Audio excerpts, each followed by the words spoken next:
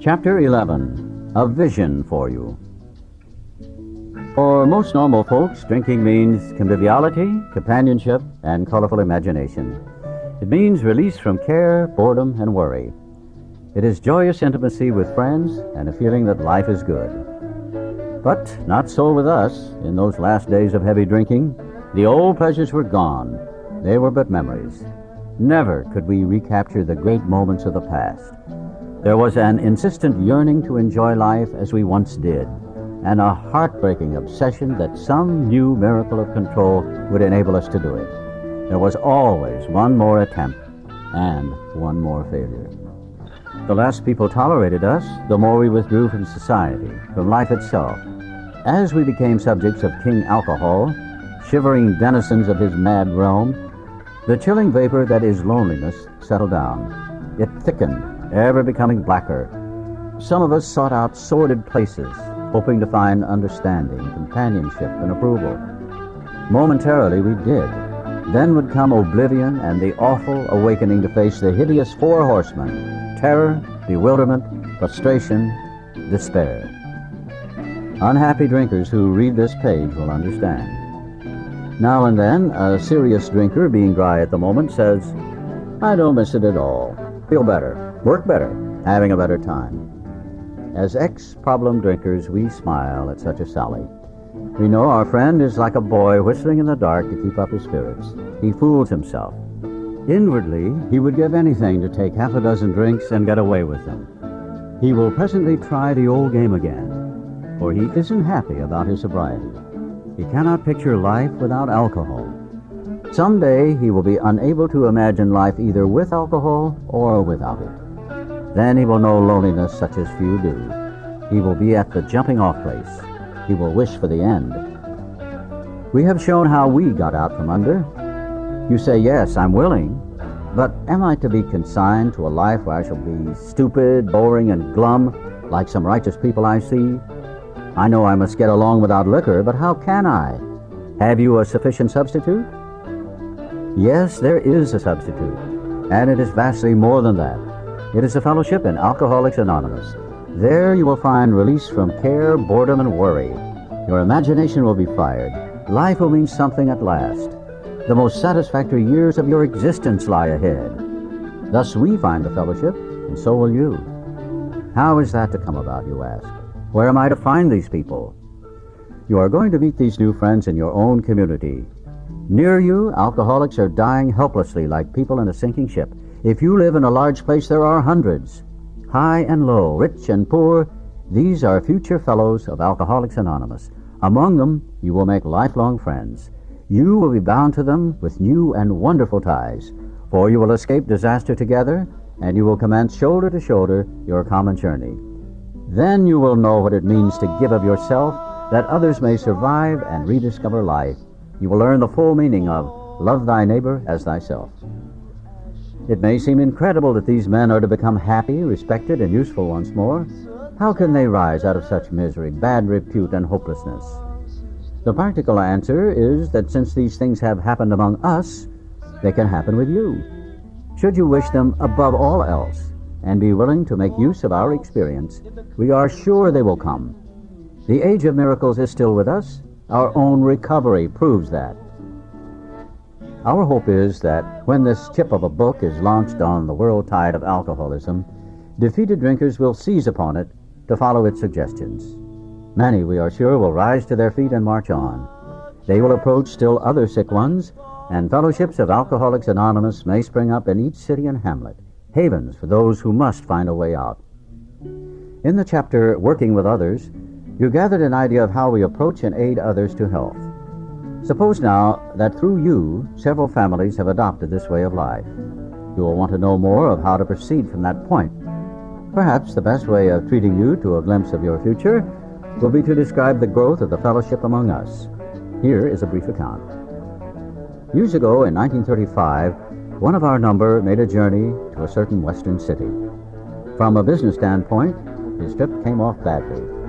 Had he been successful in his enterprise, he would have been set on his feet financially, which at the time seemed vitally important. But his venture wound up in a lawsuit and bogged down completely. The proceeding was shot through with much hard feeling and controversy. Bitterly discouraged, he found himself in a strange place, discredited and almost broke. Still physically weak and sober but a few months, he saw that his predicament was dangerous. He wanted so much to talk with someone, but whom? One dismal afternoon, he paced a hotel lobby, wondering how his bill was to be paid. At one end of the room stood a glass-covered directory of local churches. Down the lobby, a door opened into an attractive bar. He could see the gay crowd inside. In there, he would find companionship and release. Unless he took some drinks, he might not have the courage to scrape an acquaintance and would have a lonely weekend. Of course, he couldn't drink, but why not sit hopefully at a table, a bottle of ginger ale before him? After all, had he not been sober 6 months now? Perhaps he could handle, say, 3 drinks, no more. Fear gripped him. He was on thin ice. Again, it was the old insidious insanity, that first drink. With a shiver, he turned away and walked down the lobby to the church directory. Music and gay chatter still floated to him from the bar. But what about his responsibilities, his family, and the men who would die because they would not know how to get well? Ah, yes, those other alcoholics. There must be many such in this town. He would phone a clergyman. His sanity returned, and he thanked God. Selecting a church at random from the directory, he stepped into a booth and lifted the receiver. His call to the clergyman led him presently to a certain resident of the town, who, though formerly able and respected, was then nearing the nadir of alcoholic despair. It was the usual situation: home in jeopardy, wife ill, children distracted, bills in arrears, and standing damaged. He had a desperate desire to stop, but saw no way out, for he had earnestly tried many avenues of escape. Painfully aware of being somehow abnormal, the man did not fully realize what it meant to be an alcoholic. A footnote here informs that this refers to Bill's first visit with Dr. Bob. These men later became co-founders of AA. Bill's story opens the text of this book. Dr. Bob's heads the story section. When our friend related his experience, the man agreed that no amount of willpower he might muster could stop his drinking for long. A spiritual experience, he conceded, was absolutely necessary, but the price seemed high upon the basis suggested. He told how he lived in constant worry about those who might find out about his alcoholism. He had, of course, the familiar alcoholic obsession that few knew of his drinking. Why, he argued, should he lose the remainder of his business, only to bring still more suffering to his family by foolishly admitting his plight to people from whom he made his livelihood? He would do anything, he said, but that. Being intrigued, however, he invited our friend to his home. Some time later, and just as he thought he was getting control of his liquor situation, he went on a roaring bender. For him, this was the spree that ended all sprees. He saw that he would have to face his problems squarely, that God might give him mastery. One morning he took the bull by the horns and set out to tell those he feared what his trouble had been. He found himself surprisingly well received, and learned that many knew of his drinking. Stepping into his car, he made the rounds of people he had hurt. He trembled as he went about, for this might mean ruin, particularly to a person in his line of business. At midnight, he came home exhausted, but very happy. He has not had a drink since. As we shall see, he now means a great deal to his community, and the major liabilities of 30 years of hard drinking have been repaired in 4. But life was not easy for the two friends. Plenty of difficulties presented themselves. Both saw they must keep spiritually active.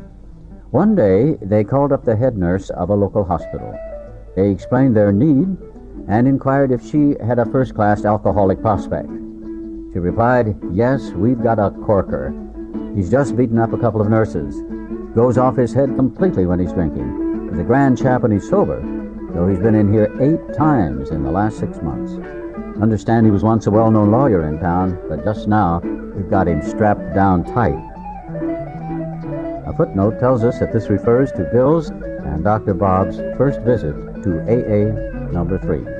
This resulted in AA's first group at Akron, Ohio in 1935. Here was a prospect, all right, but by the description, none too promising. The use of spiritual principles in such cases was not so well understood as it is now. But one of the friends said, "Put him in a private room. He'll be down." 2 days later, a future fellow of Alcoholics Anonymous stared glassily at the strangers beside his bed. "Who are you fellows, and why this private room? I was always in a ward before," said one of the visitors. "We're giving you a treatment for alcoholism."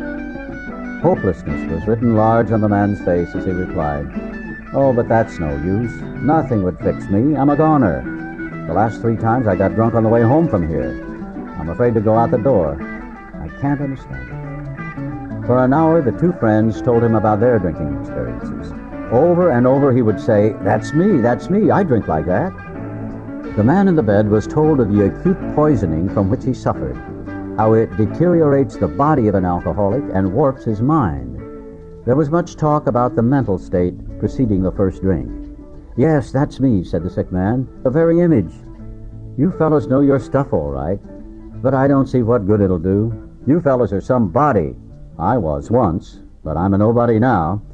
From what you tell me, I know more than ever I can't stop." At this, both visitors burst into a laugh. Said the future fellow anonymous, "Damn little to laugh about that I can see." The two friends spoke of their spiritual experience and told him about the course of action they carried out.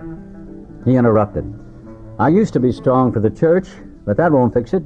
I've prayed to God on hangover mornings and sworn that I'd never touch another drop, but by 9 o'clock I'd be boiled as an owl." Next day found the prospect more receptive. He'd been thinking it over. "Maybe you're right," he said.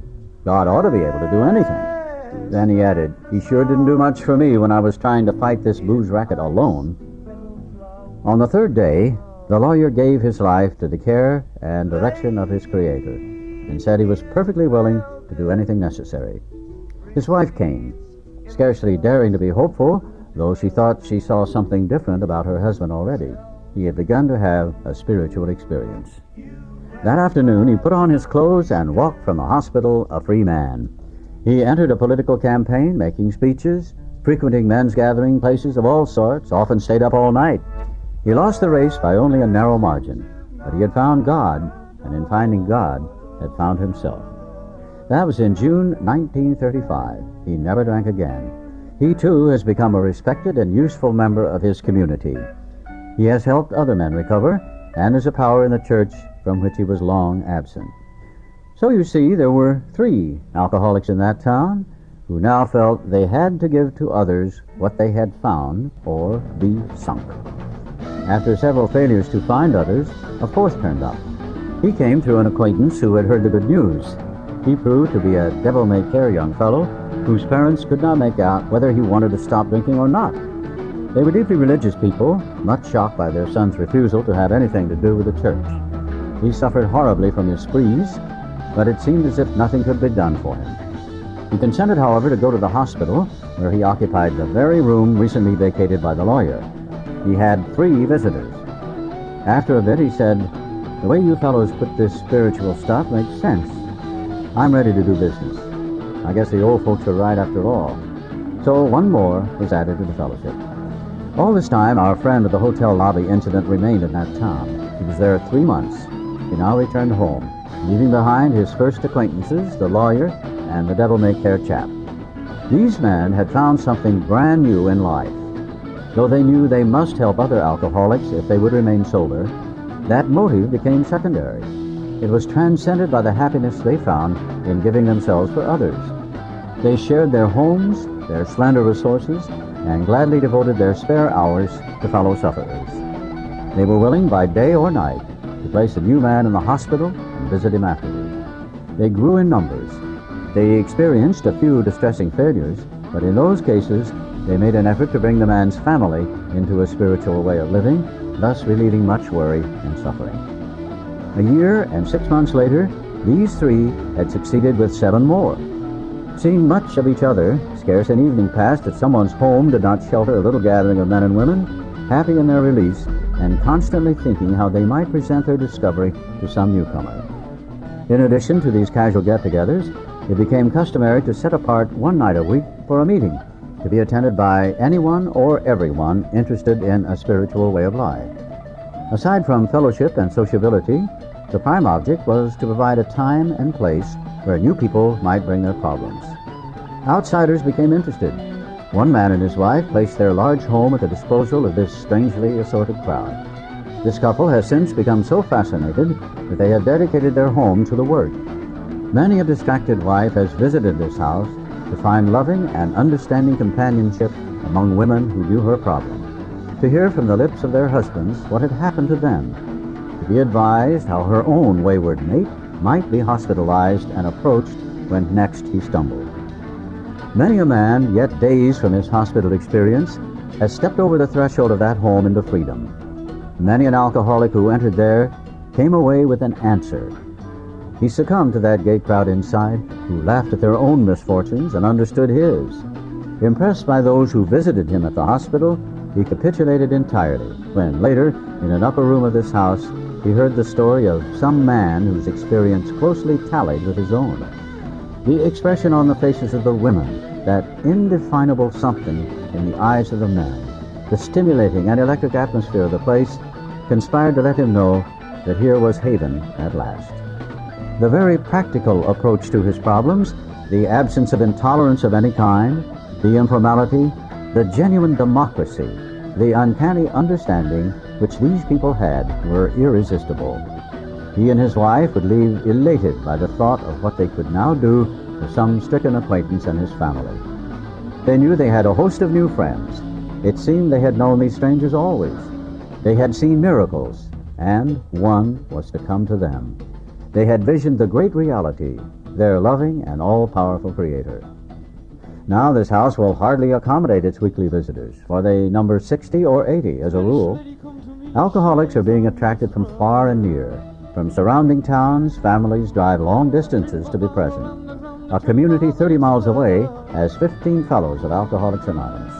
Being a large place, we think that someday its fellowship will number many hundreds.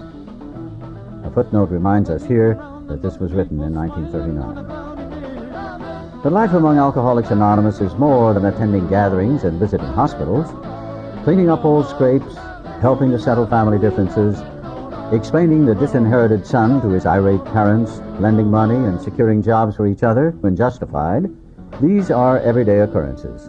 No one is too discredited or is sunk too low to be welcomed cordially if he means business. Social distinctions, petty rivalries, and jealousies, these are laughed out of countenance. being wrecked in the same vessel, being restored and united under one God, with hearts and minds attuned to the welfare of others, the things which matter so much to some people no longer signify much to them. How could they? Under only slightly different conditions, the same thing is taking place in many eastern cities. In one of these, there is a well-known hospital for the treatment of alcoholic and drug addiction. 6 years ago, one of our number was a patient there. Many of us have felt for the first time the presence and power of God within its walls. We are greatly indebted to the doctor in attendance there, for he, although it might prejudice his own work, has told us of his belief in ours. Every few days, this doctor suggests our approach to one of his patients. Understanding our work, he can do this with an eye to selecting those who are willing and able to recover on a spiritual basis. Many of us former patients go there to help. Then, in this eastern city, there are informal meetings such as we have described to you, where you may now see scores of members. There are the same fast friendships. There is the same helpfulness to one another as you find among our Western friends.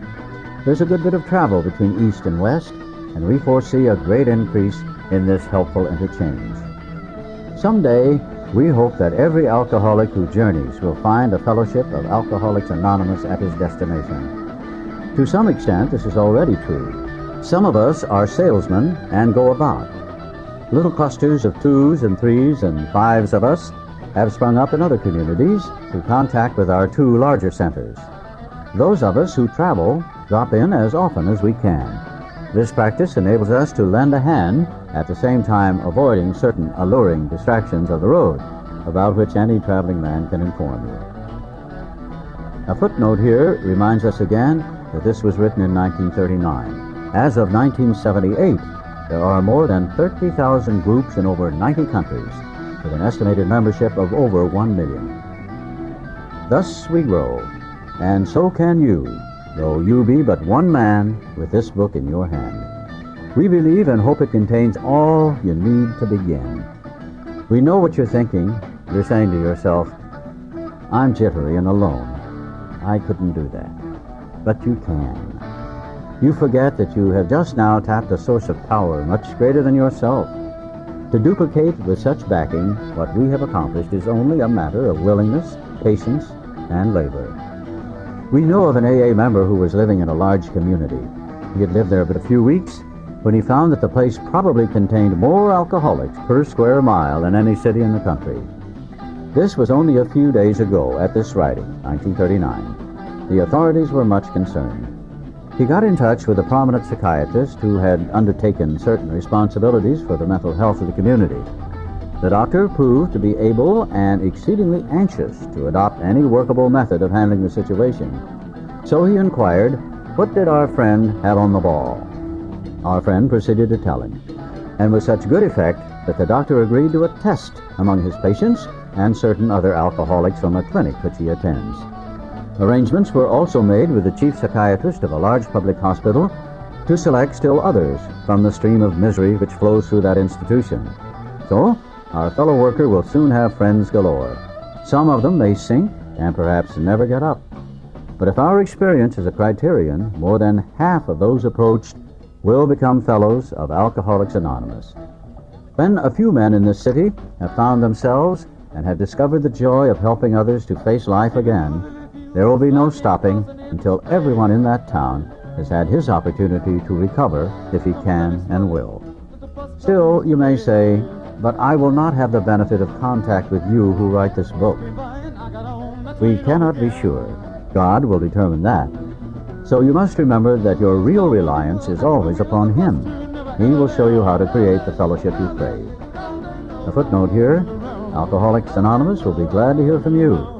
Address P.O. Box 459, Grand Central Station, New York, New York, 10017. Our book is meant to be suggestive only. We realize we know only a little. God will constantly disclose more to you and to us. Ask Him in your morning meditation what you can do each day with a man who is still sick. The answers will come if your own house is in order. But obviously you cannot transmit something you haven't got. See to it that your relationship with Him is right, and great events will come to pass for you and countless others. This is the great fact for us. Abandon yourself to God as you understand God. Admit your faults to Him and to your fellows. Clear away the wreckage of your past. Give freely of what you find and join us. We shall be with you in the fellowship of the Spirit, and you will surely meet some of us as you trudge the road of happy destiny. May God bless you and keep you until then. Can't walk you out in the morning to my honey.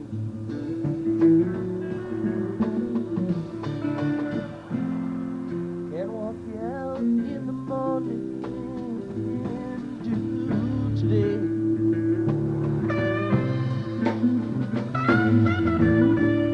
Thought I heard a baby cry this morning.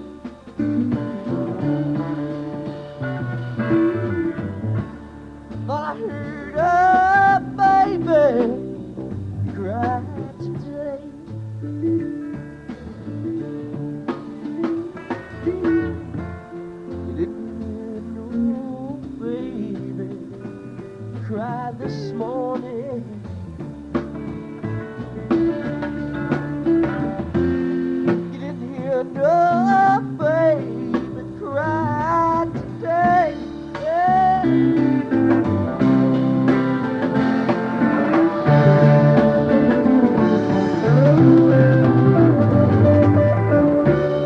Well, all the people gone, my honey.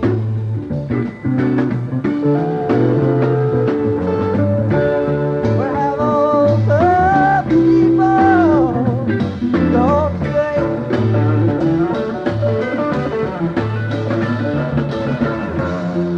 There's no need to be worrying about all those people. You never see those people anyway.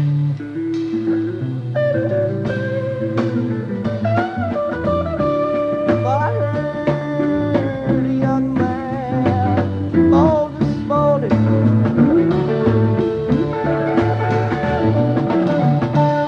I heard a young man moan today.